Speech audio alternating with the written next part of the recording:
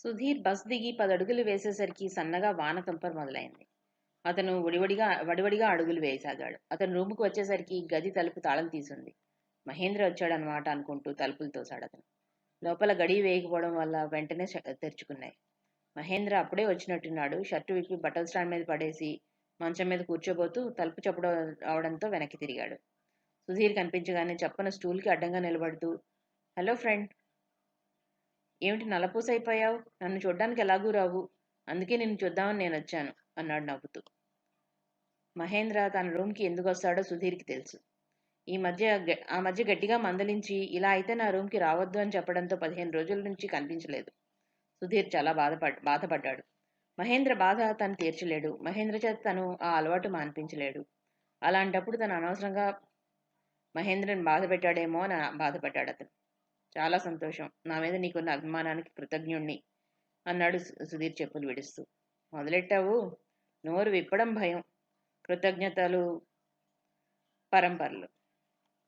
నీ నీకు వినడానికి విసిగే కావచ్చు, కానీ నా మనసులో క్షణం కూడా నువ్వు చేసిన ఉపకారం తలుచుకోకుండా ఉండలేను. ఏంటి విశేషాలు? అలా నిలబడిపోయావే? కూర్చో. మహేంద్ర భుజం మీద చేయి వేస్తూ అన్నాడు సుధీర్. మహేంద్ర ఒకసారి మెడ మీద రాసుకున్నాడు. తర్వాత, నీ భోజనం అయిందా అని అడిగాడు. అయింది. నువ్వు చేసావా అడిగాడు సుధీర్. ఆ అన్నాడు, కానీ కూర్చోలేదు. సుధీర్ బట్టలు మార్చుకుని మంచం మీద కూర్చుంటూ కూర్చో అన్నాడు మళ్ళీ. మహేంద్ర ఇంకో మంచం మీద కూర్చున్నాడు. అలా కూర్చుంటేనే టీపాయ్ మీద ఉన్న సీసా కేసు చూస్తూ, నీకు కోపం వస్తుందని తెలుసు, కానీ ఏం చేయని చెప్పు అని సుధీర్ కేసు చూశాడు. సుధీర్ ఒకసారి ఆ సీసా కేసు చూసి మహేంద్ర కేసు చూశాడు, కానీ ఏమీ అనలేదు. నువ్వు అలా మౌనంగా ఉన్నావంటే అది గొంతులో పోసుకున్నా లోపలికి దిగదు, ప్లీజ్ అన్నాడు మహేంద్ర. నా చేత్తోటే నీకు అందివ్వమంటావా ఏంటి? సుధీర్ గొంతులో ఆవేదన, బాధ తొంగి చూశాయి. నేను చెడ్డవాడినే కావచ్చు, కానీ నీ చేత్తో ఇయ్యమంటానా? నేను తాగితేనే చూడలేని వాడివి నీ చేత్తో అందివ్వమంటానా? నన్ను చూసి చూడనట్టుగా వదిలేయి ప్లీజ్. 15 రోజులు ఎంత వేసుకున్నా నాకు తృప్తి లేదు సుధీర్. ఇక్కడే నీ సమక్షంలో నీ చేత చివాట్లు తింటుంటే కానీ నాకు తృప్తి ఉండదు. ఈ గదికి రాకపోతే దిక్కులేనివాడు చెట్టు కింద ఉన్నట్టుగా ఉంటుంది నాకు. ఇక్కడ ఎలా తాగినా నన్ను ఎవరూ తిట్టరు అని హఠాత్తుగా లేచి నిలబడ్డాడు అతను. సుధీర్ దగ్గరగా వచ్చి అతని చేతులు పట్టుకున్నాడు. సుధీర్, నీకు నాకు మధ్య వయసు చాలా తేడా ఉంది. మనం స్నేహితులం. నా కోసం బాధపడతావు, నన్ను బాగు చేయడానికి విసుక్కుంటావు, తిడతావు. ఆ తిట్టడంలో కసి, కోపం లేవు. నాకు నచ్చజెప్పడంలో నీకు విసుగు లేదు. మా ఇంట్లో అందరూ నన్ను ఒక శత్రువుని చూసినట్టుగా చూస్తారు. పురుగుని విదిలించినట్లుగా విదిలిస్తారు. అంతేకాని నా బాధని ఒక్క రోజైనా ఎవరైనా అర్థం చేసుకున్నారా? కనీసం అర్థం చేసుకునే ప్రయత్నం చేశారా? వాళ్ళ దృష్టిలో మగమహారాజు, మగవాడికి మనసుండదు. నువ్వేగా నన్ను అర్థం చేసుకున్నవాడివి, కోపం లేదు కదా? దీనంగా అడిగాడు అతను. ఆ మొహం చూసేసరికి సుధీర్ మనసు జాలితో నిండిపోయింది. నీ ఆరోగ్యం నువ్వు చూసుకోకపోతే ఇంకెవరు చూస్తారు చెప్పు? రోజు రోజుకి ఎలా అయిపోతున్నావో కాస్తైనా ఆలోచిస్తున్నావా? ఇలా తాగితే బాధ తీరిపోతుందా అన్నాడు సుధీర్. తీరకేగా తాగడం, విరక్తిగా నవ్వాడు మహేంద్ర. అందుకని జీవితాంతం తాగుతూ కూర్చుంటావా? దేనికైనా 2 వైపుల నుంచి ఉండాలి. అవతలి వారు ఆనందంగా జీవితం గడుపుతుంటే నువ్వెందుకు నీ జీవితాన్ని ఇలా నాశనం చేసుకోవడం అన్నాడు సుధీర్. నిజమే, ఈ మాట ఎన్నోసార్లు చెప్పావు. నేను కూడా ఎంతో ప్రయత్నిస్తున్నాను. కొంచెం కొంచెంగా కంట్రోల్ చేసుకుంటాను. నా కోసం ఇంత బాధపడుతున్న నీ కోసమైనా మానుకుంటాను అన్నాడు మహేంద్ర. అది అబద్ధం అని సుధీర్కి తెలుసు. ఈ మాట సంవత్సరం నుంచి అంటున్నాడు. ఆఖరికి ఈ మధ్య అప్పుడప్పుడు దగ్గుతుంటే చూడలేక నిష్ఠూరంగా మాట్లాడాడు. 15 రోజులు రాలేదు. మళ్ళీ పాతపాటే. మహేంద్ర కాసేపు మాట్లాడినట్లే మాట్లాడి, పడుకో పొద్దుపోయింది అంటూ లైట్ తీసేశాడు. సుధీర్ బాధగా నిట్టూర్చాడు. మహేంద్ర కుర్చీ అటు జరుపుకుని సుధీర్ కేసి వీపు పెట్టుకుని కూర్చున్నాడు. 10 నిమిషాల తర్వాత తనలో తను ఏవేవో మాట్లాడుకోసాగాడు. ఆ తర్వాత లేచి మంచం దగ్గరికి వెళ్తూ సుధీర్కి వాగ్దానాలు చేయడం మొదలెట్టాడు. సుధీర్ మౌనంగా ఉండిపోవడంతో, ఏం సుధీర్, నా మాటలు నమ్మడం లేదు కదూ? అంతేలే, నా మాటలు ఎవరు నమ్మారు కనుక నువ్వు నమ్మడానికి? అయినా నిన్ను నమ్మమని నేను చెప్పడం లేదు కదా.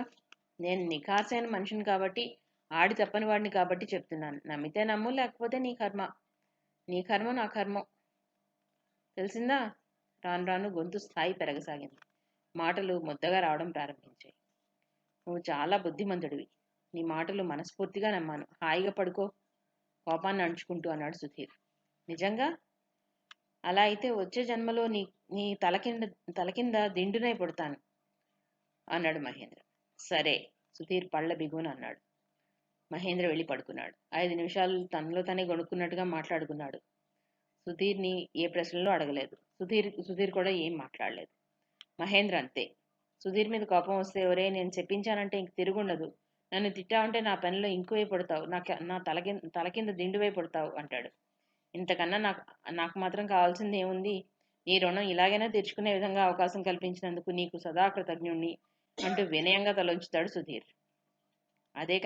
అదే కనుక సుధీర్ని బతిమాలవలసి వస్తే, సుధీర్ 2 చేతులు పట్టుకుని, నువ్వొక్కడివే నన్ను అర్థం చేసుకున్నావు. చాలా మంచివాడివి కదూ. నీకు కోపం రాలేదు కదూ. నీ తల కింద దిండునై పుడతాను, నీ పెన్నులో ఇంకునై పుడతాను, నవ్వేయ్ అంటాడు. ఆ జాలి మొహం చూసేసరికి సుధీర్ ఇంకేమీ అనడు. చూస్తూ ఊరుకోనూ లేడు. 15 రోజుల క్రితం వచ్చినప్పుడు బాగా దగ్గుతున్నాడు, అయినా తాగడం మానలేదు. సుధీర్ ఎంతో బతిమాలి చూశాడు, లాభం లేకపోయింది. ఆఖరికి కసురుకున్నాడు. ఇలా అయితే ఇక్కడికి రాకు, నేను చూస్తూ ఊరుకోలేను. గొప్ప ధనవంతుడివి, నువ్వు తలుచుకుంటే చంద్రమండలానికి వెళ్ళి తాగి రాగలవు. వెళ్ళు, ఇంక భరించలేను అన్నాడు. సరేరా, ఆఖరికి నీకు అసహ్యం అయిపోయాను కదూ నేను, పోతాలే అనేసి వెంటనే వెళ్ళిపోయాడు మహేంద్ర. ఆ తర్వాత సుధీర్ చాలా బాధపడ్డాడు. నిజంగా తను అలా అనకుండా ఉండాల్సింది. నేను కాస్త ఆప్యాయత చూస్తున్నాను అంటే అది నీ దగ్గరేరా అనేవాడు మహేంద్ర. రే ఆకలేస్తోందిరా, ఏదైనా పెట్టు అంటూ ఎంతో చనువుగా అడిగేవాడు. మహేంద్ర బాధని తను అర్థం చేసుకుంటాడనే ఇక్కడ ఫ్రీగా తాగేవాడు.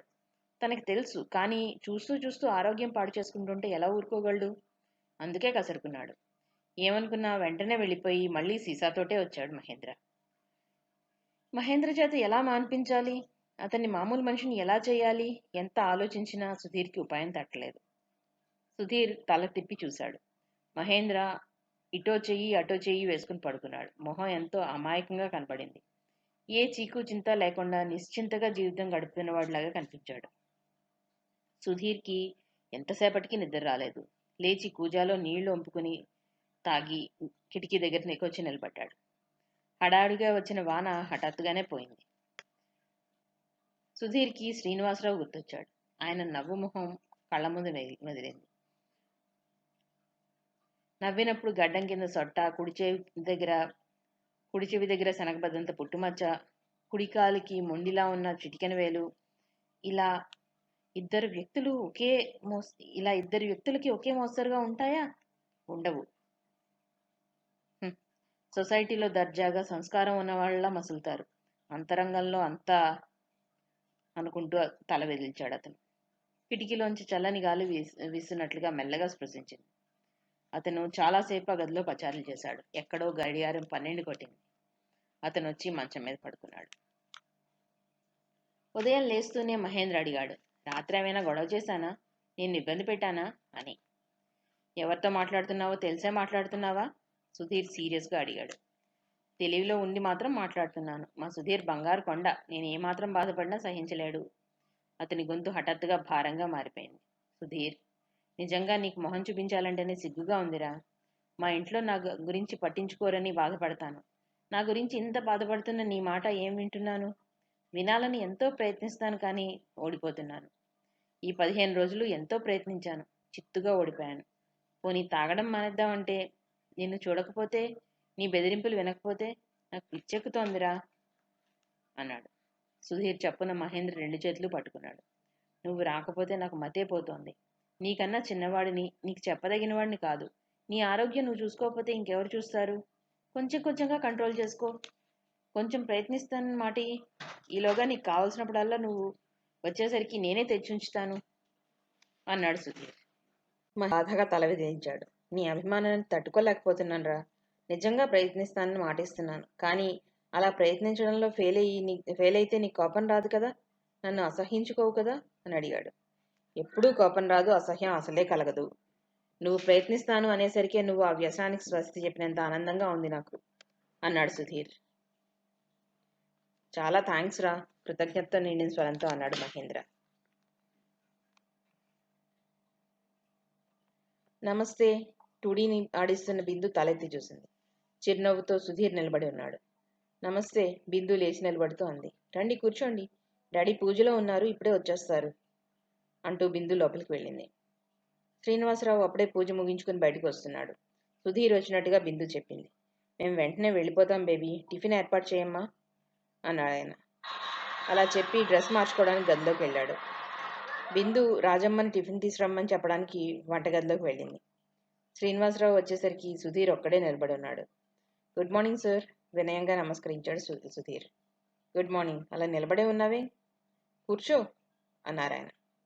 థ్యాంక్ యూ, నెమ్మదిగా కూర్చుంటూ అన్నాడు సుధీర్.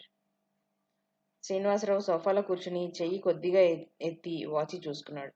సరిగ్గా 8 గంటలైంది. ఆ క్రితం రోజు సుధీర్ని 8 గంటలకు ఇంటికి రమ్మని చెప్పాడు. అతను 2 నిమిషాలు ముందే వచ్చాడు. అలా అన్న టైంకి ఎదుటి వాళ్ళని ఇబ్బంది పెట్టకుండా ప్రవర్తించే వాళ్ళంటే ఆయనకి చాలా గౌరవం. అదే భావనతో చూస్తూ, చాలా కరెక్ట్ టైంకి వచ్చేసావే అన్నాడు ఆయన నవ్వుతూ. అలా నవ్వినప్పుడు గడ్డం కింద సట్టపడింది. నాకు ఎవరిని ఇబ్బంది పెట్టడం ఇష్టం ఉండదండి, నమ్రతగా అన్నాడు Sudheer. Nice, you are a good boy. నువ్వు నాకు చాలా బాగా నచ్చావు అన్నారాయన. ఆ కంఠంలో అభిమానం తొంగి చూసింది. నిరుద్యోగిగా తిరుగుతున్న నాకు మీ సెక్రటరీగా పని దొరకడం కేవలం నా అదృష్టం అన్నాడు అతను. నా శక్తి మేరకు మీకు ఎటువంటి ఇబ్బంది, శ్రమ లేకుండా అన్నీ చూసుకోకుంటానని మనస్పూర్వకంగా చెప్తున్నాను అంటూ చిన్నగా తల వంచాడు వినయంగా. అప్పుడే బిందు రాజమ్మ చేత కాఫీ, టిఫిన్ పట్టించుకుని వచ్చింది. శ్రీనివాసరావు స్వయంగా తనే సుధీర్కి టిఫిన్ ప్లేట్ అందిస్తూ అన్నారు.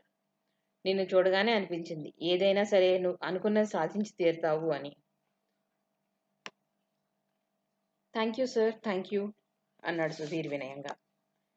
రాత్రి వాన రావడంతో వాసుదేవరావు గారి ఇంట్లోనే ఉండిపోయామని, ఉదయమే వచ్చామని శ్రీనివాసరావు చెప్పాడు. నువ్వెక్కడుంటున్నావు అని అడిగాడు. నేను ఒక ఫ్రెండ్ కలిసి ఉంటామండి అన్నాడు సుధీర్. ఓ 15 గంట తర్వాత వాళ్ళిద్దరూ కలిసి బయటికి వెళ్ళిపోయారు. శ్రీనివాసరావుకి సుధీర్ ప్రేమపాత్రుడైపోయాడు. సుధీర్ పనితనం, వ్యవహార దక్షత, సమయస్ఫూర్తి ఆయనకి బాగా నచ్చాయి. శ్రీనివాసరావుకి కుడిభుజం అయిపోయాడు అతను. ఎవరైనా తనకి చిన్న సహాయం చేస్తేనే, ఎవరైనా చిన్న పని చేస్తేనే సంతోషపడిపోయే శ్రీనివాసరావు సుధీర్ పనిలో చూపించే శ్రద్ధకి పొంగిపోయాడు. శ్రీనివాసరావు సుధీర్ని ఆప్తుడిలాగా చూసేవాడు. ఎంత అభిమానంగా చనువుగా ఆయన మాట్లాడినా సుధీర్ ఆయన తనకి బాస్ అనే వినయభావంతో గౌరవంగానే చూసేవాడు. సుధీర్ని అప్పుడప్పుడు ఇంటికి భోజనానికి పిలిచేవాడు ఆయన. సుధీర్ మొహమాటంగా వద్దు అంటే, ఆఫీసే, ఇల్లు ఇల్లే, నువ్వు ఫ్రీగా ఉండు అని శ్రీనివాసరావు అంటే, నేనేం మొహమాట పడ్డం లేదండి అనేవాడు. అలా అనేవాడే కానీ ఏదో వంక పెట్టి తప్పించుకునేవాడు అతను. బిందు చనువుగా మాట్లాడినా, బిందుతో మాట్లాడేటప్పుడు శ్రీనివాసరావు గారితో మాట్లాడినంత గౌరవంగానూ మాట్లాడేవాడు సుధీర్. ఏమాత్రం చనువు తీసుకునేవాడు కాదు. సత్యవతీదేవి రాకపోయినా చంద్రం వస్తూనే ఉండేవాడు. ఎప్పుడొచ్చినా ఏదో ఒక ప్రోగ్రాం వేసుకుని వచ్చేవాడు. ఒక్కోసారి వెళ్ళినా ఒక్కోసారి సున్నితంగా చెప్పి తప్పించుకునేది బిందు. 1-2 సార్లు తనకి ఇష్టం లేకపోయినా లీల గురించి వెళ్లాల్సి వచ్చింది ఆమెకి. లీలకి ప్రతిదీ ఆశ్చర్యమే. వాళ్ళ ఇంట్లో వాళ్ళ అమ్మగారికి తప్ప ఎవరికీ లీలంటే ఇష్టం లేక ఎక్కడికి తీసుకెళ్లరు. కావాలంటే నువ్వు వెళ్ళు అని డబ్బు పడేస్తారు. లీల అమ్మగారు లీలతో తనకి ఇష్టం లేకపోయినా లీల మనసు బాధపడకుండా అప్పుడప్పుడు సినిమాకు వెళ్ళేవారు. అంతకన్నా ఆవిడ ఇంకెక్కడికి వెళ్ళలేరు. 2-3 సార్లు చంద్రం వచ్చినప్పుడు లీల ఉంది. మీ బావ ఎంత బాగుంటాడు, ఎంత మంచివాడు అంది సంబరంగా లీల. అలా అనడంలో ఎటువంటి వెకిలితనం లేదు, అమాయకత్వం ఉందంతే. చంద్రం అడిగినప్పుడు బిందు రానని చెప్దాం అనుకున్నప్పుడు లీల సరదాగా, వెళ్దాం బిందు, మీ బావ అంతగా అడుగుతుంటే రానంటావేమిటి అందే. అలా చెప్పండి, లేదంటే ఎప్పుడు ముసలమ్మలా ఇంటి దగ్గరే కూర్చుంటానంటుంది చనువుగా నవ్వుతూ అన్నాడు చంద్రం. లీలని నిరుత్సాహపరచడం ఇష్టం లేక బిందు 1-2 సార్లు వెళ్ళింది. చంద్రంతో బిందు ఎక్కడికి వెళ్ళినా శ్రీనివాసరావుకి సంతోషమే. అలాగే సత్యవతీదేవికి కూడా ఏమీ అభ్యంతరం లేదు. ఇంకా బిందుకి ఈ జంట నగరాల్లో అన్నీ చూపించమని చెప్పేది ఆవిడ. అక్కగారి అభిమానానికి శ్రీనివాసరావు ఉక్కిరిబిక్కిరి అవుతున్నాడు. లీలకి బిందుతో పరిచయం అయ్యాక ఈ ప్రపంచం అంతా రంగుల స్వప్నంలాగా కనిపించసాగింది. రోజులు క్షణాల్లో గడవసాగాయి. ఇప్పుడు బొమ్మలు చేయడంలో, టైప్ నేర్చుకోవడంలో ఎంతో ఉత్సాహం చూపిస్తోంది. తనని చూస్తూనే మొహం తెప్పుకుని అసహించుకునే వాళ్ళందరినీ తన చుట్టూ తిరిగేలా చేసుకోవాలి. తనని శనిదేవత అని తిట్టిన వాళ్ళంతా దానికే అదృష్టవంతురాలు అనుకునేలా చెయ్యాలి అనే పట్టుదల కలగసాగింది ఆమెకి. బిందు ఎంత అదృష్టవంతురాలు సంబరంగా అనుకునేది లీల. బోల్డంత డబ్బు, అభిమానంగా చూసే తండ్రి, ఒక్కతే అమ్మాయి, అందమైన బావ, ఆపేక్షగా చూసే మేనత్త. ఇటు డబ్బు అటు డబ్బు, ఇంక బాధే ఉంది. అదృష్టం అంటే అలా ఉండాలి అనుకుంది లీల. ఓసారి రవీంద్ర భారతికి తీసుకెళ్ళినప్పుడు చంద్రం లీలతో అన్నాడు, మీకు అభ్యంతరం లేకపోతే బిందుతో మా ఇంటికి రండి అని. బిందు లేకపోతే రాకూడదా అంది చక్రాల్లాంటి కళ్ళలను తిప్పుతూ. అబ్బే రాకూడదని కాదు, మీకు మా ఇల్లు తెలియదు కదా అని. లీల చొరవకి తెల్లబోయాడు అతను.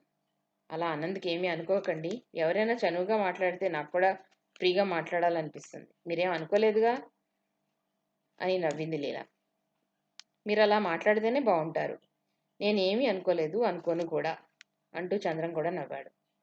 ఈ మాటలు బిందు వినలేదు. అందుకే లీలని మేనత్త ఇంటికి రమ్మని కూడా ఎప్పుడు అడగలేదు బిందు. 2 సార్లు వాసుదేవరావు గారి ఇంటికి మాత్రం తీసుకెళ్ళింది. ఒకసారి లీలే అడిగింది, మీ అత్తయ్య గారి ఇంటికి వెళ్ళినప్పుడు నేను వస్తాను బిందు, వాళ్ళ ఇల్లు చూస్తాను అని.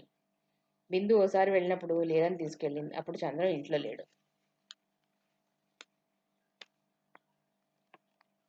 సుధీర్ని శ్రీనివాసరావు అంత అభిమానంగా చూడడం చంద్రానికి నచ్చలేదు. ఓసారి తల్లితో అన్నాడు, అదేమిటమ్మా, మావయ్య ఎక్కడ ఉంచవలసిన వాళ్ళని అక్కడ ఉంచడేమిటి, మరీ అంత మంచితనం పనికిరాదు అని. దీర్ఘంగా ఆలోచిస్తున్న సత్యవతీదేవి కొడుకు మాటలకి వెంటనే జవాబు చెప్పలేదు. ఆ తర్వాత మెల్లగా అంది, ఆ సెక్రటరీ ఎలాంటివాడు అని. ఏమో, ఎలాంటివాడు ఏం తెలుస్తుంది. మావయ్య మెత్తకదనం చూసి వినయం ఒలకపోస్తాడు.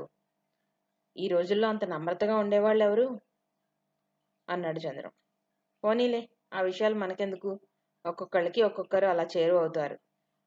అతని పని మావయ్యకి నచ్చుంటుంది, అందుకే అభిమానిస్తున్నాడేమో అంది సత్యవతీదేవి. ఈ మాట చంద్రానికి అస్సలు నచ్చలేదు. తల్లిలా తనకెందుకని ఊరుకోలేకపోయాడు. ఆ సుధీర్ చూపులు వెనక నుంచి వెంటాడుతున్నట్టుగా అనిపిస్తుంది చంద్రానికి. సుధీర్ మామూలుగా మాట్లాడినా చంద్రం ఎందుకో గానీ మాట్లాడు. ముక్తసరిగా 2 మాటల్లో మాట్లాడి వచ్చేస్తాడు.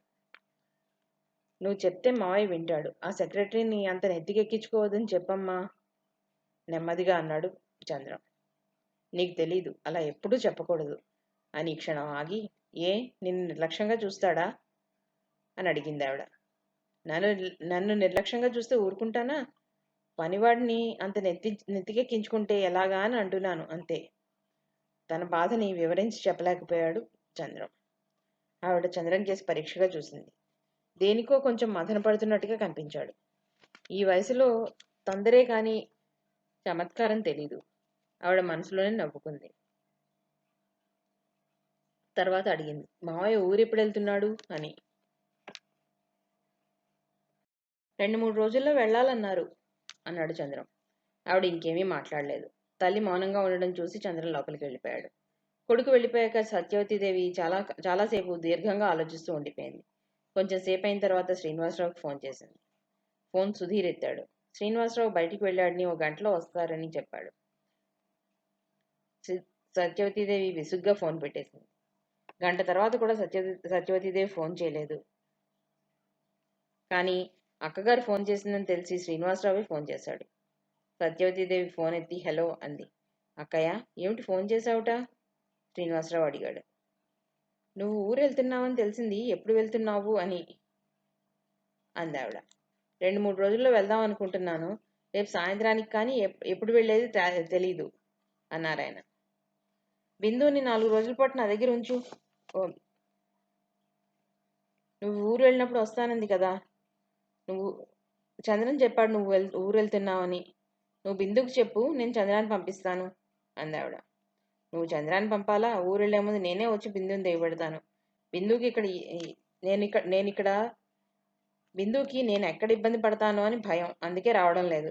నేను తప్పకుండా దిగి పెడతానుగా అన్నాడు ఆయన. సరే అంటూ ఆవిడ ఫోన్ పెట్టేశాడు. ఆవిడ ఫోన్ పెట్టి అటువైపు తిరిగేసరికి నాగరాజు వస్తున్నాడు. రండి రండి అంటూ నాగరాజుకి ఎదురెళ్ళింది ఆవిడ. ఎప్పుడొచ్చారు అని అడిగింది. ఇప్పుడే వస్తున్నానండి, షాప్కి వెళ్ళి ఇలా వస్తున్నాను. చంద్రం ఇంట్లో ఉన్నాడా అని అడిగాడు లోపలికి వస్తూ. ఇంట్లోనే ఉన్నాడు, రండి కూర్చోండి. మంచినీళ్ళు కావాలా అంటూ మర్యాదలు చేస్తుంది ఆవిడ. ఇవ్వండి, సోఫాలో కూర్చుంటూ అన్నాడు నాగరాజు. సరస్వతీదేవి రంగడిని పిలిచి మంచినీళ్ళు తీసుకుని రమ్మని కొడుకు గదిలోకి వెళ్ళింది. చంద్రం బయటికి వెళ్ళడానికి అప్పుడే డ్రెస్ చేసుకుంటున్నాడు. చంద్రం, నాగరాజు అంకులు వచ్చారు, బయటికి రా అనేసి బయటికి వెళ్ళిపోయింది ఆవిడ. నేను రాను అని గట్టిగా అరుద్దాం అనుకున్నాడు చంద్రం. కానీ ఆ ధైర్యం అతనికి రాలేదు. తల్లి అంటే అతనికి చాలా భయం. మనసులో మాట ఎంత చిన్నదైనా కానీ చెప్పే ధైర్యం అతనికి లేదు. వయసులో ఉన్న ఏదైనా చెప్పదలిస్తే 4-5 సార్లు రిహార్సల్స్ వేసుకుని మరీ చెప్తాడు. ఈ మధ్య తల్లికి తన అయిష్టత చెప్పలేనప్పుడు, అది తను చేయలేనప్పుడు తల్లి వెళ్ళగానే ఆ విసురు షర్టుని విసిరి కొట్టడంలోనో, తల్లి ఏదైనా పని చెప్తే ఆ పని చేయడంలోనో చూపిస్తాడు. మళ్ళీ తల్లి ఎదురుపడితే మళ్ళీ పిల్లిలా అయిపోతాడు. తల్లి అలా చెప్పి వెళ్ళాక వేసుకుందాం అనుకుంటున్న షర్టు స్టాండ్ మీదకి విసిరి కొట్టాడు. విసుగ్గా మంచం మీద కూలబడ్డాడు. నాగరాజు వస్తే ఉపన్యాసాలు ఇస్తాడని తెలుసు. ఒక్క 10 నిమిషాలు నాగరాజు రాకపోతే తను బయటికి వెళ్ళిపోయేవాడు కదా. ఇంతలో ఏం ముంచుకుపోయిందో తయారైపోయాడు. చంద్రం విసుగ్గా లేచి నిలబడ్డాడు. చంద్రం, తల్లి గొంతు వినబడింది. వస్తున్నానమ్మా. చంద్రం గబగబా షర్ట్ దొరుకుని బయటకు వచ్చాడు. నమస్తే అంకుల్ అంటూ నమస్కరించాడు. నమస్తే నమస్తే. సత్యవతీదేవితో మాట్లాడుతున్న నాగరాజు తల తిప్పి అన్నాడు. ఏమిటి ఎప్పుడు చూసినా షాప్లో ఉండడం లేదు? ప్రతిదీ పోటీగా ఛాలెంజ్గా తీసుకోవాలా? అప్పుడే పైకి రాగలం. 10 మందిలో గుర్తింపు కలిగేదీను. కాలం చాలా విలువైంది. దాంతో సమానంగా మనం పరిగెత్తగలిగినప్పుడే అనుకున్నది సాధించగలం. నువ్వు చిన్నవాడివి, నీకు తెలీదు. అసలు యజమానం లేకపోతే పనివాళ్ళకి శ్రద్ధ భయం ఏముంటాయి? మందలింపుగానే అన్నాడు. ఈ మధ్య తరచూ షాప్లో ఉండడం లేదని మేనేజర్ చెప్పాడు. షాప్లో వాళ్ళకి చంద్రం కన్నా నాగరాజ్ అంటేనే భయం, గౌరవం ఎక్కువ. చంద్రం షాప్లో లేడనేసరికి చంద్రం గురించి ఆరా తీశాడు అతను. మేనేజరు చంద్రం ఈ మధ్య షాప్లో ఎక్కువ ఉండడం లేదని చెప్పాడు. ముసలాడు, వీడికి సరదాలు చచ్చాయని తనకి ఉండవనుకున్నాడా? ఆ షాప్లోనే పక్కేసుకుని పడుకోవాలా? వీడికి డబ్బు సంపాదన తప్ప మరో గొడవ లేదు. అందుకే ఆ పళ్ళం ఎప్పటికప్పుడు పూజలు పురస్కారాలు చేస్తూ కూర్చుంటుంది. మనసులో పళ్ళు నూరుకున్నాడు చంద్రం. పైకి మాత్రం ఈ పూట తలనొప్పిగా ఉండి వచ్చేసానండి, ఇప్పుడే బయలుదేరుతున్నాను, అంతలో మీరు వచ్చారు అన్నాడు చంద్రం. నేను ఇలా అన్నాను, నువ్వేం అనుకోవద్దు. ఇంకా లోకం తీరు నీకు తెలీదు. చిన్న అవకాశం దొరికితే పక్కవాడిని పడగొట్టాలని చూస్తారు. ఒక్క మెట్టు జారితే తిన్నగా ఆఖరి మెట్టు మీదకే జారిపోతాం. ఒక్కొక్క మెట్టే పైకి వెళ్ళాలి కానీ వెనక్కి రావడం అనే పరిస్థితి రాకూడదు. ఇది మనసులో పెట్టుకో గంభీరంగా అన్నాడు నాగరాజు. మనసులో వేరే పెట్టుకోవడం ఎందుకు? చెవిలో ఇళ్ళు కట్టుకుని పోరాడుతూ ఉంటే అనుకుని, అలాగేనండి, నేనేమనుకోను అన్నాడు చంద్రం. ఆయన మనసు కొంచెం శాంతించింది. సత్యవతీదేవి కొడుక్కేసి ప్రేమగా చూసింది. తల్లికి నాగరాజుకి చెప్పి చంద్రం బయటికి వెళ్ళిపోయాడు. చంద్రం వెళ్ళిపోయాక నాగరాజు అడిగాడు, మీ తమ్ముడి గారి బిజినెస్ ఎలా ఉంది అని. ఈ మధ్యగా మొదలెట్టింది, చాలా హడావిడిగా ఉన్నాడు. అయినా ఈ మధ్య కనిపించనే లేదు అందావిడ. మీరంటే ఆయనకు చాలా గౌరవం అనుకుంటాను అంటూ సత్యవతీదేవి కళ్ళలోకి చూశాడు నాగరాజు. వాడు అందరినీ అభిమానిస్తాడు. వదిన గారికి ఎలా ఉంది, ఎప్పుడు వస్తారు అని మాట మార్చేసింది సత్యవతీదేవి. నాగరాజు అలా ఎందుకు అడిగాడో ఆవిడ గ్రహించింది. కానీ ఈ విషయంలో తొందరపడడం మంచిది కాదు అని అనుకుంది. సత్యవతీదేవి మాట మార్చడంతో నాగరాజు ఏమనుకున్నాడో మళ్ళీ ఆ ప్రసక్తి తీసుకుని రాలేదు. శ్రీనివాసరావు బొంబాయి వెళ్తున్నాడు. అక్కగారికి మాట ఇచ్చిన ప్రకారం బిందుని అక్కడ దింపడానికి తయారవమన్నాడు. అక్కకి చెప్పి వస్తాను డాడీ, అక్కని కలిసి 4 రోజులైంది అంది బిందు. అలాగే చెప్పిరా, నేను 2 గంటలకు వస్తాను అని శ్రీనివాసరావు వెళ్ళిపోయాడు. బిందు గబగబా తయారయ్యి శిరీష్ దగ్గరికి బయలుదేరింది. బిందు వెళ్ళేసరికి మొదట గంగమ్మ గారే ఎదురుపడింది. ఆవిడని చూస్తేనే బిందుకు భయం. ఎన్నో ఆరాలు పెడుతుంది, ఎన్నో యక్ష ప్రశ్నలు వేస్తుంది, ఎన్నో వ్యాఖ్యానాలు చేస్తుంది. బిందుకి మొదట ఆవిడ మాటలు తమాషాగా అనిపించేవి, కానీ తర్వాత తర్వాత ఆవిడకి ఎదురుపడాలంటేనే భయం పట్టుకుంది. బిందు, రామ్మరా, శిరీష నీకోసం కలవరిస్తోంది, అలా కూర్చో, తన పక్కనే చేత్తో చూపిస్తూ అంది గంగమ్మ గారు. ఆ మాటకి ఏడవలేని ఓ నవ్వు నవ్వి లోపలికి వెళ్ళబోయింది బిందు. ఎక్కడికి? శిరీష లేదు, కంగుమనే స్వరంతో చెప్పింది ఆవిడ. శిరీష లేదు అనేసరికి బిందు నీరు కారిపోయింది. ఎక్కడికి వెళ్ళింది? అక్కకి నైట్ డ్యూటీ కదా అడిగింది బిందు. అదేమో నాకు తెలీదు, ఎక్కడి నుంచో ఫోన్ వచ్చింది, వెంటనే వెళ్ళింది. అయినా నాకు తెలియక అడుగుతాను, మీ అక్క లేకపోతే నాతో మాట్లాడకూడదా ఏమిటే? ఇలా ఇలా వచ్చి నా పక్కన కూర్చో. హఠాత్తుగా ఆవిడ గొంతులో లాలన తొంగి చూసింది. బిందుకి ఇదే ఆశ్చర్యం. అప్పుడే కసురుకున్నట్లుగా మాట్లాడుతుంది, అంతలోనే లాలనగా మాట్లాడుతుంది. నేను మా అత్తయ్య గారి ఇంటికి వెళ్తున్నాను, అక్కయ్యకి చెప్పి వెళ్దామని వచ్చాను. అక్క వచ్చాక చెప్పండి అని వెళ్ళబోయింది. నీకోసం శిరీష్ కలవరిస్తూ ఉంటే చెప్పకుండా వెళ్తావా? ఇప్పుడే వస్తుందేమో, ఇలారా మాట. అదో రకంగా నవ్వుతూ అంది ఆవిడ. అక్కకి ఫోన్ చేసి రావాల్సింది. అక్కకి నైట్ డ్యూటీ కాదు కదా, ఇంట్లోనే ఉంటుంది అనుకుంది తను. తన్ని తానే తిట్టుకుంటూ వచ్చి ఆవిడ పక్కన కూర్చుంది బిందు. మీ అత్తయ్య ఎక్కడుంటుంది? బిందు భుజం మీద చెయ్యి వేస్తూ అడిగింది ఆవిడ.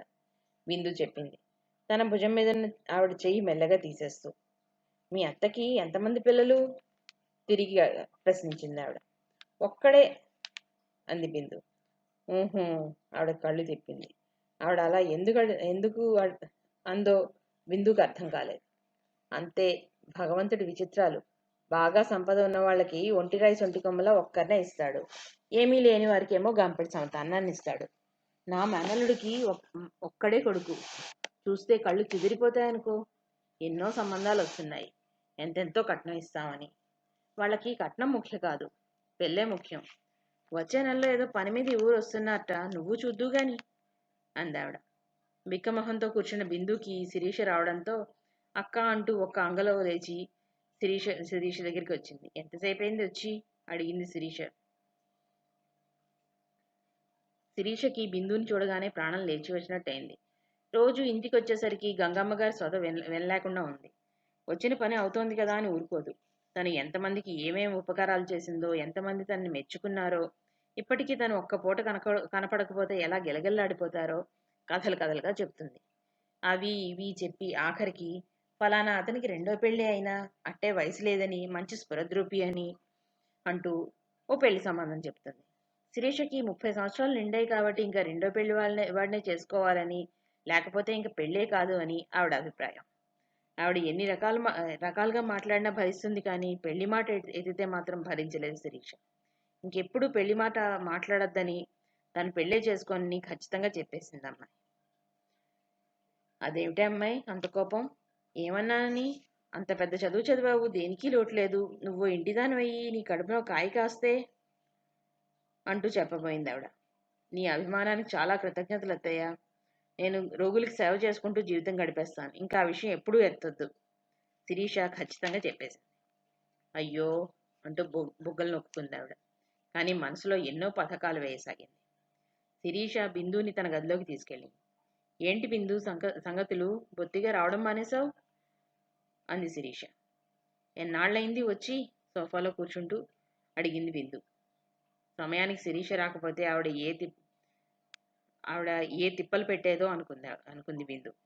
అవును, ఎన్నాళ్ళైంది వచ్చి? బిందుకేసి తిరుగుతూ శిరీష ప్రశ్నించింది. 4 రోజులైంది అంది బిందు. అంతేనా? ఇంకా వారం 10 రోజులు అయిపోయింది అనుకున్నాను. అబ్బా, వీళ్ళు వచ్చిన కొద్ది రోజులకే నాకు మతిపోతోంది. ఇంచుమించుగా ఇంకా 2 నెలలుంటారు. ఎలా భరించాలో. రేణుకని ఇక్కడ ఉంచి ఆవిడ వెళ్ళిపోయినా బాగుండేది. ఆవిడ వాగుడు భరించలేకుండా ఉన్నాను మంచం మీద కూర్చుంటూ అంది శిరీష. ఆ గొంతులో చెప్పలేనంత దిగులుంది. నెమ్మదిగా మాటల్లో చెప్పేయాల్సిందక్క అంది బిందు. శిరీష అలా దిగులుగా మాట్లాడుతుంటే చాలా జాలేసింది ఆమెకి. ఏమనుకుంటే అనుకుందని అది చెప్పాను. ఇంటికెళ్ళి నేను చేసే ఘనకార్యాలే ఉన్నాయిలే. పిల్లని నీ మీద వదిలేసి వెళ్ళడానికి నాకు మాత్రం ప్రాణం ఒప్పుతుందా అంది. నిన్ను చూసి ఎన్నాళ్ళో అయినట్టుంది బిందు, ఏమిటి విశేషాలు అంది శిరీష్. డాడీ బొంబాయి వెళ్తున్నారు కదా, అత్తయ్య వాళ్ళ ఇంటికి రమ్మంది. వాళ్ళ ఇంట్లో అసలు ఉండట్లేదని చాలా నిష్ఠూరంగా మాట్లాడుతోంది. డాడీ నన్ను తయారవమన్నారు. నీకు చెప్పి వస్తానని ఇలా వచ్చాను అంది బిందు. ఎన్నాళ్ళు క్యాంపు అడిగింది శిరీష. డాడీ అయితే తను వచ్చే వరకు ఉండమన్నారు. నేను మాత్రం 4 రోజుల్లో వచ్చేద్దాం అనుకుంటున్నాను చెప్పింది బిందు. అలా వచ్చేస్తే తిన్నగా ఇక్కడికే వచ్చి డాడీ వచ్చాక ఇంటికి వెళ్దువు గాని అంది శిరీష. డాడీ రాకుండా అత్తయ్య పంపాలిగా ముందు అంది బిందు. పంపితేనేలే. అలాగే. రేణుక రాలేదా అడిగింది బిందు. ఉంది అని రేణుక చదువు నేర్చుకుంటోంది చెప్పింది శిరీష. నిజంగా బిందు ఆశ్చర్యంగా అడిగింది. నిజమే. వాళ్ళ బామ్మకి తెలియకుండా చదువుకుంటోంది. ఆవిడికి తెలిస్తే తినగా ఉండదు. ఆవిడ ఏదైనా అంటే రేణు ధైర్యంగా చదవలేదు. అందుకే చెప్పొద్దు అని చెప్పాను అంది శిరీష. నీ దగ్గర కొన్నాళ్ళుంటే తప్పకుండా మారుతుందక్క అంది బిందు. నా దగ్గరున్నా నీలాంటి వాళ్ళ స్నేహం ఉండాలి. ఎప్పుడూ నీ మాటలే లీల మాటలే చెప్పేది. మిమ్మల్ని మీ మాటల్ని చూసి రేణుకి చదువుకోవాలని కోరిక కలిగిందనుకుంటున్నా. మొదట చెప్పడానికి సిగ్గుపడింది. నేను 2-3 సార్లు అడిగేసరికి చెప్పింది. భర్త స్వతహాగా మంచివాడే. అయినా అత్తగారు ఆడపడుచులు ఏదో ఒకటి చెప్తూ ఉండడం వల్ల ఆ మాటలు పట్టుకొని తన్ని బాధ పెడతాడు అని చెప్పుకుని బాధపడింది అంది శిరీష. పాపం కదా, అంత చిన్నమ్మాయికి ఎన్ని కష్టాలు జాలిగా అంది బిందు. ఓ అరగంట కూర్చుని రేణుకను కూడా కలిసి బిందు వెళ్ళిపోయింది. బిందు ఇంటికి వెళ్ళేసరికి సుధీర్ వచ్చి తిరిగి వెళ్తున్నాడు. బిందుని చూడగానే నమస్తే, మీ నాన్నగారు పళ్ళబుట్ట పంపారు, లోపల సోము తీసుకున్నాడు అన్నాడు. లోపలికి రండి, కాఫీ తీసుకుని వెళ్దురు గాని అంది బిందు. నో థ్యాంక్ యూ, నేను అర్జెంటుగా వెళ్ళాలి. మిమ్మల్ని రెడీగా ఉండమని చెప్పమన్నారు నాన్నగారు. బిందు ఆహ్వానాన్ని మృదువుగానే తిరస్కరించి బిందు దగ్గర సెలవు తీసుకుని వెళ్ళిపోయాడు సుధీర్. బిందు అతను వెళ్ళిన వైపే చూస్తూ ఉండిపోయింది. చాలా మొహమాటస్తుడు అనుకుంది. చాలా బుద్ధిమంతుడు, క్రమశిక్షణకి ప్రాణం ఇచ్చేవాడు కూడా. టైం అంటే టైంకే వస్తాడు. చేయవలసింది ఎంత పొద్దుపోయినా ఒంట్లో బాగుండకపోయినా చేసే వెళ్తాడు. సాధారణంగా ఈ వయసులో వాళ్ళు అల్లరి చిల్లరగా కానీ, ఒక అమ్మాయి కనపడితే ఆకర్షించాలని ప్రయత్నించడం కానీ, మిగిలి చేష్టలు కానీ చేస్తారు. అవి ఏవీ లేవు. పాపం తనకి తండ్రి ఆప్యాయత అభిమానం పుష్కలంగా ఉన్న తల్లి లేదని ఎంతో బాధపడేది. అతనికి ఎవరూ లేరు. తనకి సంతోషం కలిగినా బాధ వచ్చినా ఎవరితో చెప్పుకుంటాడు? సుధీర్ గురించి ఆలోచిస్తూ బ్యాగ్లో 4 జతలు బట్టలు సర్దుకోసాగింది బిందు. సుధీర్కి శ్రీనివాసరావు అభిమానంగా చూసినా బిందు అభిమానంగా చూస్తుంటే అతనికి ఉక్కిరిబిక్కిరి అవుతున్నట్టుగా ఉంటుంది. ఇంత డబ్బుందనే అహంకారం కానీ, అమెరికాలో పెరిగానన్న గర్వం కానీ బిందులో లేవు. ఒక్కతే అమ్మాయిని గారం లేదు. మంచి క్రమశిక్షణలో పెరిగిన అమ్మాయిలా ఎంతో అభిమానంగా మాట్లాడుతుంది. బిందుని చూసి వెళ్ళాక బిందుని గురించిన ఆలోచనలు అతనికి ఒక పట్టాన వదలవు. చాలాసేపటికి అతని ప్రయత్నం మీద బిందు ఆలోచనల నుంచి బయటపడతాడు. ఆ తర్వాత మామూలు మనిషి అయిపోతాడు. ఒక్క మహేంద్ర దగ్గర మినహాయి అతను ఎవరి అభిమానం ఎరగడు. అందరి విదిలింపులతో చిత్కారాలతో పెరిగి చదువుకున్నాడు అతను. ఎవరైనా అభిమానంగా మాట్లాడితే ఉక్కిరిబిక్కిరి అవుతాడు. శ్రీనివాసరావు అభిమానంగా మాట్లాడుతున్నా, ఆదరంగా చూస్తున్నా అతను వాటిని అందుకోలేకపోతున్నాడు. బిందు అభిమానానికి ఉక్కిరిబిక్కిరైన అతని మనసు శ్రీనివాసరావు అభిమానం అందుకోలేకపోతోంది. శ్రీనివాసరావు మాత్రం సుధీర్ని మనస్ఫూర్తిగా అభిమానిస్తున్నాడు. తన సొంత మనిషిలాగా చూసుకుంటున్నాడు. సుధీర్ పనితనమే కాకుండా అతని నడవడికి కూడా ఆయనకి చాలా బాగా నచ్చింది. సుధీర్ ఒకందుకు ఆయన దగ్గరికి చేరలేకపోతున్నాడు. ఆయన అభిమానాన్ని అందుకోవడం అతని మనసు తిరస్కరిస్తుంటే అది మొహమాటంగా తీసుకుని సుధీర్ అంటే అభిమానం ఇంకా పెరిగింది ఆయనకి. కారు లోపలికి రాగానే సత్యవతీదేవి నవ్వుముఖంతో బయటికి వచ్చి తమ్ముడిని మేనకోడల్ని సాదరంగా ఆహ్వానించింది. బొత్తిగా రావడమే మానేసావేంటి తమ్ముడిని అడుగుతూ బిందు భుజం మీద చెయ్యి వేసి లోపలికి తీసుకెళ్ళింది. ఇదిగో ఈ పనులతో ఊపిరి ఆడటం లేదక్కయ్యా, చంద్రం ఉన్నాడా అని అడిగాడు శ్రీనివాసరావు. ఇంతవరకు చూసి ఇంత క్రితమే వెళ్ళాడు. ఇద్దరిని కూర్చోమని చెప్పి లోపలికి వెళ్ళి వంట మనిషికి ఏదో పురమాయించి మళ్ళీ వెంటనే వచ్చింది ఆవిడ. ఏంటి సంగతులు, మళ్ళీ ఎప్పుడొస్తావు? ఇదిగో నీ కూతురికి ఇప్పుడే చెప్పు, నువ్వు వచ్చే వరకు నా దగ్గర నుంచి కదలొద్దు అని, లేకపోతే నాకు చాలా కోపం వస్తుంది. ఆవిడ గంభీరంగా అనేసరికి శ్రీనివాసరావు కూతురి కేసు చూసి నవ్వుతూ, విన్నావుగా అత్తయ్య మాటలు, ఇంక తప్పదు, లేకపోతే అత్తయ్య కోపం వస్తుంది అన్నాడు. నేను ఇప్పుడేగా వచ్చింది.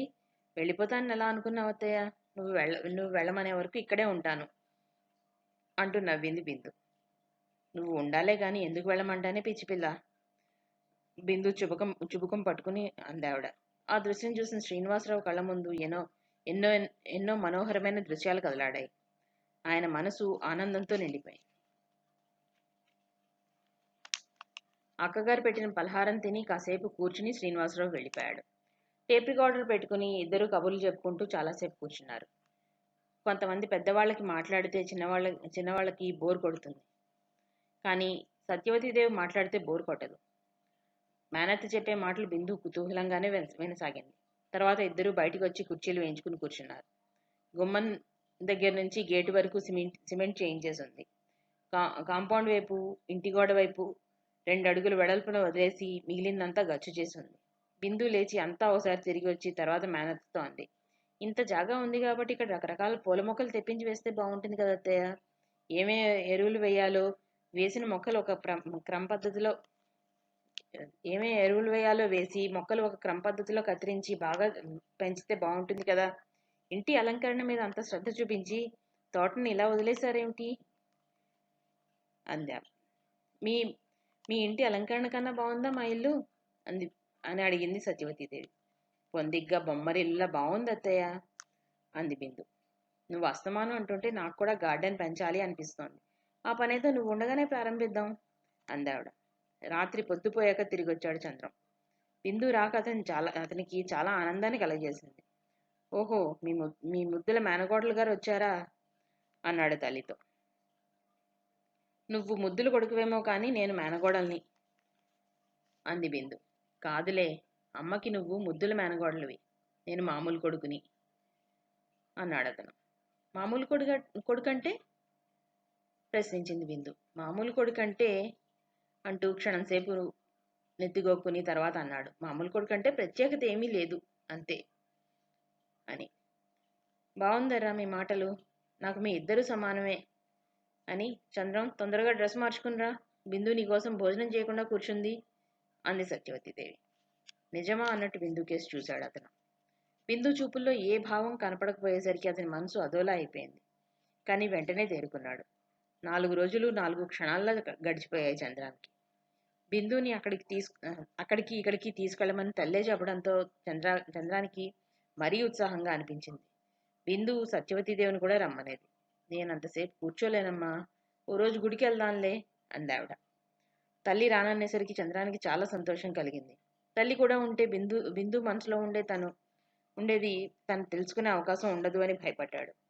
తల్లి రాకపోయినా బిందు మనసులో తనంటే ఎలాంటి అభిప్రాయం ఉందో తెలుసుకోలేకపోయాడు చంద్ర. బిందు చనువుగానే మాట్లాడుతుంది. ఆ చనువు ఇద్దరు స్నేహితులు చనువుగా మాట్లాడుకున్నట్టుగా ఉండేది కానీ ఒక వయసులో ఉన్న జంట మాట్లాడుతున్నట్టుగా ఉండేది కాదు. పోనీ తనే అడిగేద్దామా అనుకున్నాడు 2-3 సార్లు. ఎందుకో తెలియదు కానీ బిందు ఎంత చనువుగా మాట్లాడినా చంద్రానికి ఆ మాట అడగడానికి మాటలు రావడం లేదు.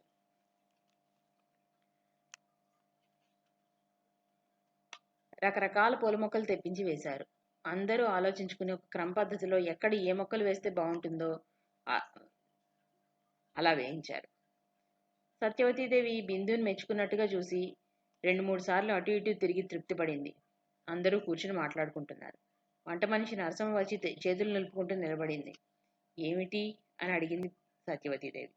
మా వియ్యపురాలకి జబ్బుగా ఉందిటమ్మా, వంట అయిపోయింది, ఓసారి వెళ్ళి చూసి రాకపోతే బాగుండదమ్మా అంది వంట మనిషి. సత్యవతీదేవి నుదురు చిట్లించి, ఇంటికి ఎవరైనా వచ్చినప్పుడే నీకు ఇలాంటి పనులు పడతాయిలా ఉందే విసుగుని అణుచుకుంటూ అందావిడ. ఏం చేయనండి, వియ్యపురాలు ఆసుపత్రిలో ఉందని తెలిసి వెళ్ళకపోతే బాగుండదు కదండి. పొద్దున్నే వచ్చేస్తానండి, ఒక కాఫీ టైంకి రాలేనేమో, వంట నేనే వచ్చి చేస్తానండి వినయంగా చెప్పింది. అలా వెళ్లాల్సి వస్తున్నందుకు బాధపడుతున్నట్టుగా చెప్పింది. ఇంకా ఏదో అని చెప్పి పొద్దున రావడం మానద్దు కనుబొమ్మలు ముడిచి అందావిడ. పొద్దున తప్పకుండా వస్తానండి, ఏమాత్రం వీలున్నా కాఫీ టైంకే వస్తాను అంది వంట మనిషి. ఆవిడ వెళ్ళిపోయాక చంద్రం అన్నాడు. ఈవిడ ఎప్పుడు ఎవరో ఒకళ్ళకి జబ్బనే చెప్తుందే, ఈవిడ బంధుకోటంతా రోగిష్టి వాళ్ళ అని. కూతురు పెళ్ళయింది, కొడుకు ఉద్యోగం దొరికింది, ఇక గట్టెక్కానని సంబరపడుతోందేమో. ఆవిడ మొహం ఇంకా చిరాగ్గానే ఉంది. ఈసారి ఇలా చేస్తే మాన్పించేస్తే సరి, జలుబు వదులుతుంది అన్నాడు చంద్రం. సత్యవతీదేవి ఏం మాట్లాడలేదు. తల్లి మౌనంగా ఉండడంతో చంద్రం ఇంకేమీ అనలేదు. రాత్రి 8 గంటలు దాటింది. ఇంక భోజనాలు చేద్దామా అంది సత్యవతీదేవి. చేసేద్దామమ్మా, నాకు ఆకలిగా ఉంది చంద్రం లేచి నిలబడుతూ అన్నాడు. రంగణ్ణి కంచాలవి పెట్టమను అంది ఆవిడ. సరే అని చంద్రం లోపలికి వెళ్ళాడు. నేను వడ్డిస్తాను అత్తయ్య అంటూ బిందు లేచి నిలబడింది. నీకెందుకు బిందు, నేను వస్తున్నాను చటుకున ఆవిడ లేచి నిలబడింది. చిన్నవాళ్ళు కూర్చుని పెద్దవాళ్ళ చేత పనిచేయిస్తారా? అందుకని నువ్వు కూర్చో, నేను అన్నీ పెట్టాక పిలుస్తాను. నా వడ్డన ఎలా ఉంటుందో నువ్వు చూసి చెప్పాలి. నేను పిలిచే వరకు నువ్వు రావద్దు అత్తయ్య, కూర్చో. ఆవిడని సోఫాలో కూర్చోబెట్టి లోపలికి వచ్చింది బిందు లోపలికి వచ్చేసరికి రంగడు కంచాలు గ్లాసులతో నీళ్లు పెడుతున్నాడు. చంద్రం ఫ్రిడ్జ్లోంచి పళ్ళు తీసి టేబుల్ మీద పెట్టి వంటగదికేసి వెళ్ళబోయాడు. నువ్వు ఉండు, నేను తీసుకొస్తాను అని చంద్రం పక్క నుంచే బిందు లోపలికి వెళ్ళింది. కానీ చంద్రానికి బయటికి వెళ్ళబుద్ధి కాలేదు. ఇంటికి వచ్చిన అతిథి చేత పని చేయించడమా? నో, నువ్వు వెళ్ళి మహారాణిలో కూర్చో, నేను వడ్డం చేస్తాను అని బిందు చేతుల మీద వారిస్తున్నట్లుగా తన చేతులు వేశాడు.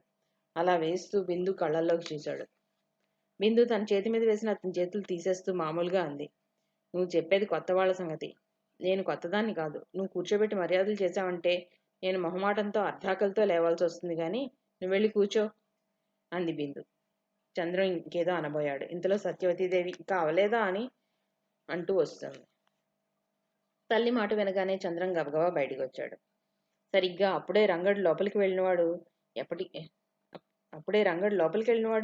ఎప్పటికీ బయటికి రాడేమిటి? వాళ్ళు వడ్డిస్తారా, తను వడ్డించాలా? అమ్మగారు తిడతారేమో అని భయపడి గబగబా వంటగదికేసి నడిచాడు. ఇద్దరూ ఒకే స్పీడ్లో నడుస్తున్నారేమో, అదే స్పీడ్లో ఒకరినొకరు ఢీకొన్నారు. ఇద్దరి తలలు అదిరిపోయాయి. అబ్బా అని చంద్రం నుదురు రాసుకున్నాడు. అయ్య బాబోయ్ అన్నాడు రంగడు వణికిపోతూ, తన బాధను కూడా మర్చిపోయి. కళ్ళు నెత్తి మీద ఉన్నాయా? కళ్ళేర చేస్తూ పళ్ళ బిగున అన్నాడు చంద్రం. లేదండి, మీకున్నట్టే ఉంటాయండి. అమ్మగారు పిలుస్తుంటే తొందరగా రావడంలో అన్నాడు అతను గర్జిస్తున్నట్టుగా అని యువతలకు వచ్చేశాడు చంద్రం. డైనింగ్ హాల్ గుమ్మం వరకు వచ్చిన సత్యవతీదేవి రానా బిందు అంది. ఒక్క 5 నిమిషాలు అత్తయ్య అంటూ వంటగదిలోంచి బయటికి వచ్చిన బిందు గుమ్మంలోని మేనత్తను చూసి, వచ్చేసావా? అయితే వచ్చేయ్ అంది. నీ సరదా కాదనడం ఎందుకు? నువ్వు రమ్మన్నప్పుడే వస్తాను అని అక్కడే నిలబడింది సత్యవతీదేవి. బిందు ఎంతో ఆరిందాలాగా ఎంతో అనుభవం ఉన్నదానిలాగా చకచకా వడ్డిస్తూ ఉంటే ముచ్చటగా చూస్తూ నిలబడింది. తల్లి బిందు చూడకుండా చంద్రం బాధగా నుదురు రాసుకుంటున్నాడు. బిందు అన్ని చక్కగా వడ్డించి, రా అత్తయ్య, బావా నువ్వు కూడా రా అంది నవ్వుతూ. ఆ వడ్డం చేసే తీరు సత్యవతీదేవికి బాగా నచ్చింది. ఆవిడ వచ్చి కూర్చుంది. చంద్రం రంగడికేసి మింగేసేలా చూస్తూ వచ్చి కూర్చున్నాడు. రంగా, మేం వేసుకుంటాంలే అంది సత్యవతీదేవి. రంగడు బయటికి వెళ్ళిపోయాడు. దెబ్బ బాగా తగిలిందా? అన్నం కలపబోతున్న చంద్రం బిందు మాటతో ఆశ్చర్యంగా తలెత్తాడు. నువ్వు చూసావు అన్నట్టుగా. కూర కలుపుకుని నెయ్యి వేసుకుంటున్న సత్యవతీదేవి దెబ్బేమిటి ఆశ్చర్యంగా తలెత్తింది. ఏం లేదు, నేను వంటగదిలోంచి వస్తుంటే గుడ్డి వెధవ స్పీడ్గా వచ్చి తల అదరగొట్టాడు. వాడి తల చిటికే ఉంటుంది అని తల్లితో చెప్పి బిందుకేసి తిరిగి నీ మూలానే అన్నట్టుగా చూశాడు. లేకపోతే నేను అన్నీ పెట్టి పిలుస్తాను అని చెప్తే వెంటనే వెళ్ళిపోవచ్చుగా, అప్పుడు ఈ దెబ్బ తగలకపోను. అందుకే ఇంకెప్పుడు వంటగదికేసి రాకు అంటూ నవ్వింది బిందు. అతిథివి కదా, మర్యాద చేద్దాం అనుకున్నాను, నాకే మర్యాద జరిగింది అంటూ తల్లి చూడకుండా బిందుకేసి కొంటెగా చూశాడు చంద్రం.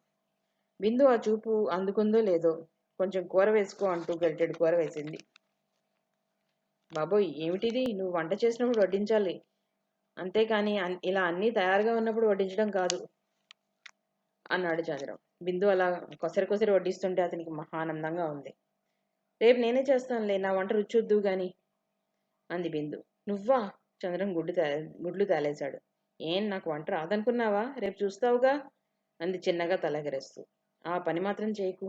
అలా చేయడం మొదలెట్టావంటే వంట మనిషి చుట్టాలకి రోజు ఏవో ఒక జబ్బులు వస్తూనే ఉంటాయి అంది సత్యవతీదేవి. సరే అయితే ఈసారి మా ఇంటికి వచ్చినప్పుడు నేనే స్వయంగా వంట చేసి చూపిస్తాను అంది బిందు. కాసేపు వంటల గురించి మరి మరి కాసేపు ఇక్కడ ప్రత్యేకంగా జరుపుకునే పండగల గురించి, పూజలు, పద్ధతుల గురించి మాట్లాడుకున్నారు అందరూ. అబ్బో! నీకు అన్నీ చాలా బాగా తెలిసే. ఇన్ని విషయాలు ఎలా గుర్తున్నాయి బిందు నీకు? అక్కడ అసలు చెయ్యరు కదా! నువ్వెప్పుడు చూడను లేదు. చూసినట్టుగా ఇంత బాగా ఎలా చెప్తున్నావు? సత్యవతిదేవి ఆశ్చర్యంగా అడిగింది. అక్కడ తెలుగు వాళ్ళు సరదాగా తీసిన ఫోటోలు చూపించారు. అయినా డాడీ మన ఆచారాలు, పద్ధతుల గురించి వివరంగా అస్తమానం చెప్తూనే ఉంటారు. డాడీ ఏ విషయం చెప్తున్నా ఆ దృశ్యం కళ్ళ ముందు మెదులుతుంది. డాడీ చెప్తున్నది శ్రద్ధతో వింటూ ఉంటే ఆ ప్రదేశంలో సంచరిస్తున్నట్టే ఉంటుంది. అలాగే పల్లెటూరులో పూర్వం మీరు ఉండే ఇల్లు గురించి చెప్తున్నారనుకోండి. ఆ ఇల్లు కళ్ళ ముందు మెదలడమే కాదు, ఆ ఇంట్లో ప్రతి గది తిరిగిన అనుభూతి కలుగుతుంది. ఆ ఇల్లు ఎలా ఉందో ఇప్పుడు చెప్పమన్నా చెప్పగలను నేను. చెప్పనా? అంది బిందు. చెప్పు. బిందు మాటలు వింటుంటే ఈ పిల్లకి తెలియంది ఏమీ లేదనిపిస్తోంది ఆవిడికి.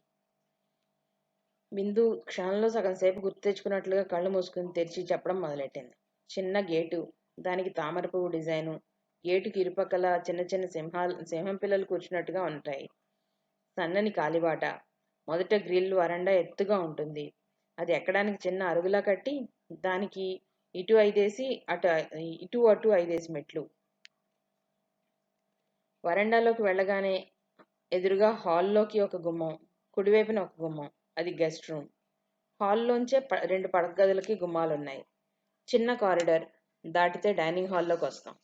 డైనింగ్ హాల్కి ఎడంవైపు పూజ గది, కుడివైపు వంటగది, ఆ గదిలోంచే స్టోర్ రూమ్. బిందు ఇలా ఆ ఇల్లుని కళ్ళకు కట్టినట్లుగా చెప్తుంటే ఏ విషయానికి ఎవరి ఎదుట ఆశ్చర్యపోయిన సత్యవతీదేవి అమితంగా ఆశ్చర్యపోయింది. ఏం అత్తయ్య, చూడకుండా ఎలా చెప్పానా అనా? చెప్పాను కదా, నాన్న ఏం చెప్పినా మనసుకి హత్తుకుపోయేలాగా అలా చెప్తారు అని అంది బిందు. సత్యవతీదేవి తేరుకుని నవ్వుతూ అడిగింది. ఇంకా ఏం చెప్పాడు మీ నాన్న అని. మా అమ్మగారే స్వయంగా పాలు పితికి అవి కుండలో పోసి కాస్తారు. ఆ తర్వాత దేవుడి పూజ, తులసి పూజ చేసిన తర్వాత నీ పూజకు అన్నీ సిద్ధం చేసేవారు. ఇలా చెప్పుకుంటూ పోతాను. అబ్బో, ఆఖరికి మేము ఆ రోజుల్లో ఏ పూట ఏం తిన్నామో కూడా చెప్పేట్లా ఉందే. ఇంకా ఏం తెలుసు నీకు అని అడిగింది. ఆవిడ మనసు అదోలా అయిపోయింది. నేను ఒక విషయం గురించి అడిగితే డాడీ 10 విషయాలు చెప్తారు. మన కుటుంబం గురించి అన్నీ చెప్పారు. మన ఇంట్లో పద్ధతులు, ఆచార వ్యవహారాలు అన్నీ చెప్పారు.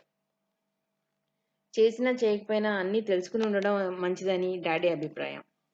అలాగే దేనికి అబద్ధం ఆడకూడదని, చేసింది నిర్భయంగా చెప్తే ఒక్క తప్పుతోనే సరిపోతుందని డాడీ అభిప్రాయం. డాడీ చెప్పింది మంచిదే కదా అంటూ బిందు నవ్వింది. జగ్లో నీళ్లు పోసుకుంటున్న సత్యవతీదేవి చెయ్యి చిన్నగా వణకసాగింది. టేబుల్ మీద కొద్దిగా నీళ్లు పడ్డాయి. అవి చింది ఆవిడ చీర మీద కొంత పడ్డాయి. బిందు మామూలుగానే నవ్వినా ఆ నవ్వులో ఏదో శ్లాష ఉన్నట్టుగా అనిపించింది ఆవిడకి. కొద్ది క్షణాలు ఏమీ మాట్లాడలేకపోయింది. చంద్రం కూడా బిందు మాటలకు ఆశ్చర్యపోయాడు. కానీ ఆ ఆశ్చర్యం వేరు. ఎంత కళ్ళకు కట్టినట్లుగా తండ్రి చెప్తే మాత్రం ఇంత చిన్న బుర్రలో అంత జ్ఞాపకశక్తి ఎలా ఉందబ్బా అని ఆశ్చర్యపోయాడు అతను. చంద్రంతో మాట్లాడుతున్న బిందుని రెప్పవాల్చకుండా పరిశీలనగా చూసింది సత్యవతీదేవి. ఇది నటనా, అమాయకత్వమా? ఇన్ని మాటలు నేర్చిన పిల్ల అమాయకురాలు ఎలా అవుతుంది? అన్నీ తెలుసంటోంది, తండ్రి అన్నీ చెప్పాడంటోంది. అన్నీ తెలిస్తే?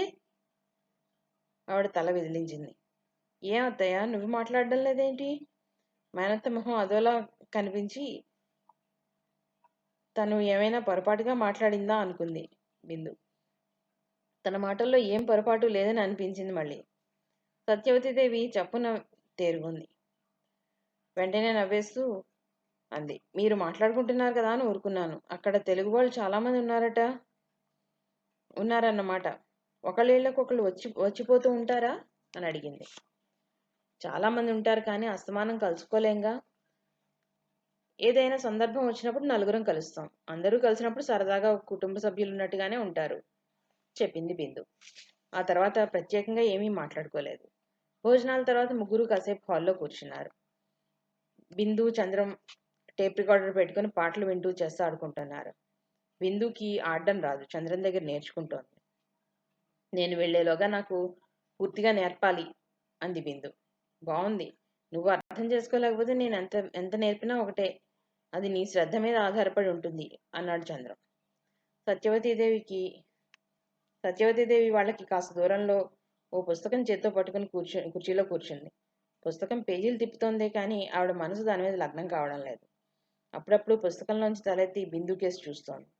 ఎంత పరీక్షగా చూసినా బిందుకి తన మనసేమిటో ఎంత పరీక్షగా చూసినా బిందు మనసులో ఏముందో, అసలు ఏం తెలుసో అర్థం చేసుకోలేకపోతుంది ఆవిడ. ఎప్పట్లాగే మామూలుగానే ఉంది.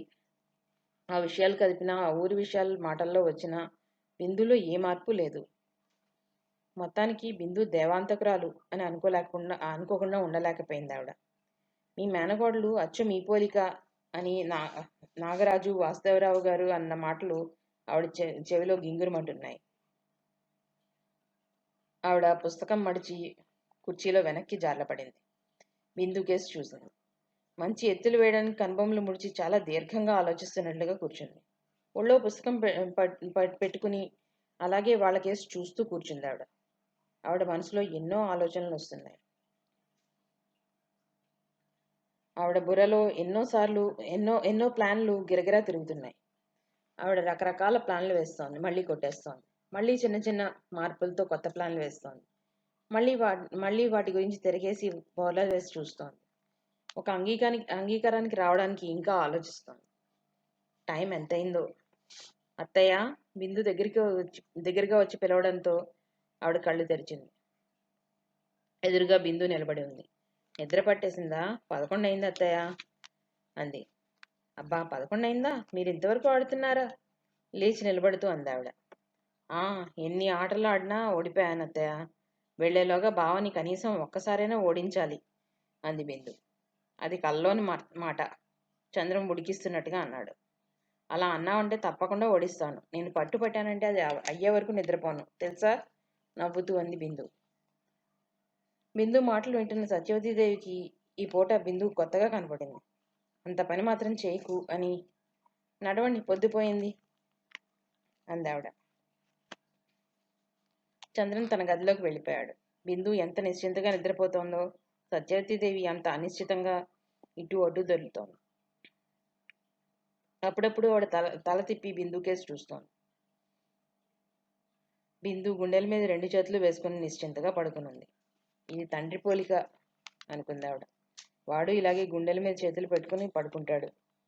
ఇలా ఆలోచిస్తున్న సత్యవతీదేవి బిందుని చాలా పరీక్షగా, అప్పుడే చూస్తున్నంత పరీక్షగా చూడసాగింది. బిందుకి తల్లి పోలికలు ఏమైనా ఉన్నాయా అని. తండ్రి అలవాట్లు ఉన్నాయి. బిందుకి తల్లి పోలికలు తన పోలికలు బాగా ఉన్నాయని చాలా మంది అంటున్నారు. అది నిజమే. మరి మనస్తత్వం ఎవరిదో అనుకుంది ఆవిడ. బిందు ఓ పక్కకి వత్తికెళ్ళింది. సత్యవతీదేవి సర్దుకుని పడుకుంది. దొల్లగా ఎప్పటికో నిద్ర పట్టింది ఆవిడకి. ఉదయం బాగా పొద్దెక్కే వరకు ఆవిడకి మెలకు రాలేదు. దూరంగా చాలా నెమ్మదిగా ఘంటసాల గీతోపదేశం వినిపిస్తుంటే లేచి కూర్చుంది. కిటికీలోంచి బయటకు చూసింది. తర్వాత తల తిప్పి టేబుల్ మీద దృష్టి సారించింది. అలారం సరిగ్గా 7 గంటలు చూపిస్తోంది. తల తిప్పి బిందు మంచం కేసి చూసింది. మంచం ఖాళీగా ఉంది. అబ్బా అనుకుని లేచి బయటికి వచ్చింది ఆవిడ. రాత్రి సరిగ్గా నిద్రలేని కారణంగా కళ్ళు కొంచెం ఎర్రగా ఉన్నాయి. మనిషి కొంచెం బద్ధకంగా ఉంది. ఆవిడ బయటికి వచ్చేసరికి సరిగ్గా అప్పుడే చంద్రం బద్ధకంగా గదిలోంచి బయటికి వస్తున్నాడు. అతను రాత్రంతా నిద్రలేని వాడిలాగా బద్ధకంగానే ఉన్నాడు. కళ్ళు బరువుగా ఉన్నాయి. బడలికగా ఉన్న కళ్ళు ఎవరి కోసం వెతుకుతున్నాయి. అతను కళ్ళు తిప్పి చూసేసరికి తల్లి వస్తూ కనపడింది. దాంతో అతను గబగబా బాత్రూంలోకి వెళ్ళిపోయాడు. సత్యవతీదేవి హాల్లోకి వచ్చింది. బిందు తల ఆరబెట్టుకుంటూ పూర్తిగా పాటలో లీనమైపోయిన దానిలాగా కూర్చుంది. ఏమిటి, అప్పుడే లేచావా అంది సత్యవతీదేవి. స్నానం కూడా అయింది నవ్వింది బిందు. నాకు మెలకువే రాలేదు తనలో తనే అనుకుంది ఆవిడ లోపలికి వెళ్తూ. సత్యవతీదేవి చంద్రం మొహాలు కడుక్కుని వచ్చేసరికి బిందు కాఫీ కలిపి తీసుకొస్తోంది. అరేరే బిందు, నువ్వెందుకు చేయడం? నేను వస్తున్నానుగా సత్యవతీదేవి ఆశ్చర్యాన్ని అంచుకుంటూ అంది. నేననే చెప్పాను కదా అత్తయ్య, అయినా కాఫీ చేయడంలో శ్రమే ఉంది. పాలు రాగానే కాచి డికాషన్ తీసి ఉంచాను అంటూ వాళ్ళిద్దరికి చెరో కప్పు అందించి తను ఒకటి తీసుకుంది. థ్యాంక్ యూ చంద్రన్ చిన్నగా నవ్వుతూ అన్నాడు. చదరంగంలో ఓడిపోయినప్పుడు కూడా ఇలాగే నవ్వాలి అంది బిందు. నువ్వు ఆ మాట మర్చిపోనట్టుందే అన్నాడు అతను. నేను ఎప్పటికీ మర్చిపోను. అబ్బా, నాతో రోజుకి ఎన్ని ఆటలు ఆడి నెగ్గుతున్నావు, నిన్ను ఒక్కసారైనా ఓడించాలి అంది బిందు. బిందు అలా పట్టుదలగా అంటుంటే సత్యవతీదేవి రెప్పవాల్చకుండా చూడసాగింది. బిందుని చూస్తుంటే ఎంత క్లిష్టమైందైనా అనుకున్నది సాధించి తీరుతుంది అనిపించింది ఆవిడకి. అంత శ్రద్ధగా వింటున్నావు, భగవద్గీత అంటే అంత ఇష్టమా అని అడిగింది ఆవిడ. నాకు అర్థం కాదు కానీ వినడానికి చాలా బాగుంటుంది. తాతగారు టైం ఉన్నప్పుడు చదివి వాటి అర్థం చెప్తాను అని అన్నారు అంది బిందు. అంటే ఈ ప్రపంచంలో నీకు తెలియంది అంటూ ఏదీ ఉండకూడదనా? ప్రతిదీ నేర్చుకోవాలనే చూస్తావు. ప్రతి మనిషికి కొన్ని ఇష్టాలు ఉంటాయి. నీకు ప్రత్యేకంగా ఇష్టం అంటూ ఏమీ లేదనుకుంటానే చంద్రం అన్నాడు. అంత పెద్ద కోరికలు నాకేమీ లేవు. 4 విషయాలు తెలుసుకోవడంలో తప్పేం లేదు కదా. మనకి అందుబాటులో ఉన్నవి, మనకి సాధ్యమయ్యేవి చేయడంలో, తెలుసుకోవడంలో ఏం తప్పు? అనవసరమైన ఆలోచనలతో కాలం వ్యర్థపుచ్చడం కంటే మనకి కుతూహలం, ఆసక్తి ఉన్నవాటి మీద కాలాన్ని వెచ్చిస్తే మనసుకి ఎంతో ఆనందం కలగడమే కాకుండా కొత్త కొత్త ఆలోచనలు కూడా కలుగుతాయి అంది బిందు. నీతో మాటల్లో నగ్గలేం బాబు. అటు తిప్పి ఇటు తిప్పి మొత్తానికి నువ్వే కరెక్ట్ అనిపిస్తావు అన్నాడు చంద్రం. పోనీ అత్తయ్యని కాదని మనం ఒప్పుకుంటాను ఛాలెంజ్ చేసింది బిందు. అమ్మ నీ మాటే నిజం అంటుంది. నువ్వు వచ్చాక అసలు నా గురించి ఆలోచించడమే లేదు. కావాలంటే అడుగు అన్నాడు చంద్రం. ఇంత పెద్దవాడు అయ్యావు, ఇంకా నీ గురించి ఆలోచించడం ఎందుకు అని మేనత్తకేసి తిరుగుతూ అంది. అవును కదా అత్తయ్య అని. అవునమ్మా అంది ఆవిడ. ఏ అత్తయ్య అలా ఉన్నావు తిరిగి ప్రశ్నించింది బిందు. ఒళ్ళంతా నొప్పులుగా ఉందమ్మా అందావిడ. ఆవిడ గొంతు కూడా భారంగా ఉంది. ఈ పూటకి నువ్వు కిచెన్లోకి రావద్దు, నేనే చేస్తాను అంది బిందు. ఇంకా నయంలే, చిన్నపిల్లవి, నీ చేత చేయించుకోమంటావా? ఆయన వంట మనిషి వచ్చేస్తుంది, నువ్వు మాత్రం ఏం చేయడానికి వీల్లేదు అందావిడ. బిందు చేత వంట చేయించడం ఆవిడకి ఇష్టం లేదు.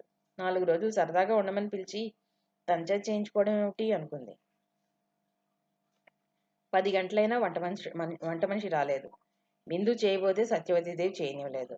నాకు అలవాటే అత్తయ్య, నీకు ఒంట్లో బాగుండలేదు కదా, నాకు ఎలా అనిపిస్తుంది? అయినా నా వంట రుచి చూడవా అంది బిందు. నీ వంట రుచి చూసే రోజులు ముందున్నాయి కానీ నువ్వు వెళ్ళి హాయిగా పాటలు వింటూ కూర్చో, నా చేతి వంట రుచి చూద్దు గాని అంటూ ఆవిడ వంటగదిలోకి వెళ్ళింది. సత్యవతీదేవి ఎంత చెప్పినా బిందు వినలేదు. ఆవిడ వంట చేస్తున్నంతసేపు అలాగే ఉండి ఉండి సహాయం చేయసాగింది ఆమె.